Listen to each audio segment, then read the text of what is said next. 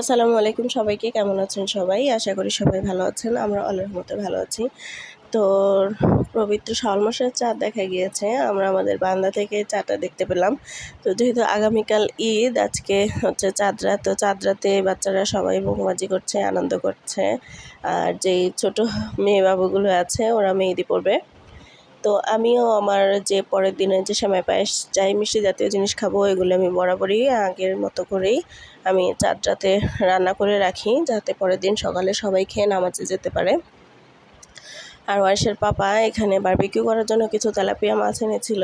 তো এই মাছটা বারবিকিউ করতে আমি সুমাইয়াকেই দিয়েছি, যেহেতু সুমাইয়া মাছটা বারবিকিউ করে অনেক সুন্দর করে আর অনেক মজা হয়।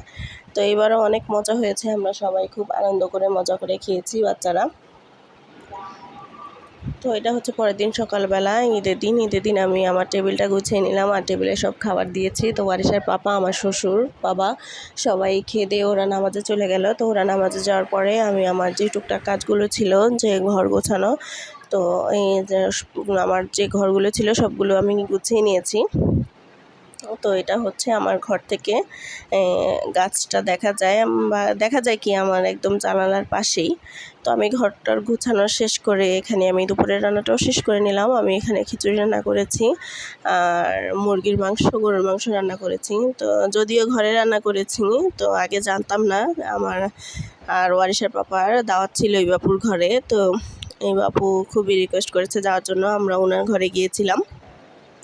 তো খাওয়া দাওয়া করে আমরা ছাদে গিয়েছি। ছাদে একটু ঘুরে দেখলাম ওয়ারিশা তো খুবই দৌড়াদৌড়ি করে, এর জন্য আমি বেশি একটা ছাদে যাই না। তো ওই দিনও অনেক তাড়াতাড়ি নেমে গিয়েছিলাম।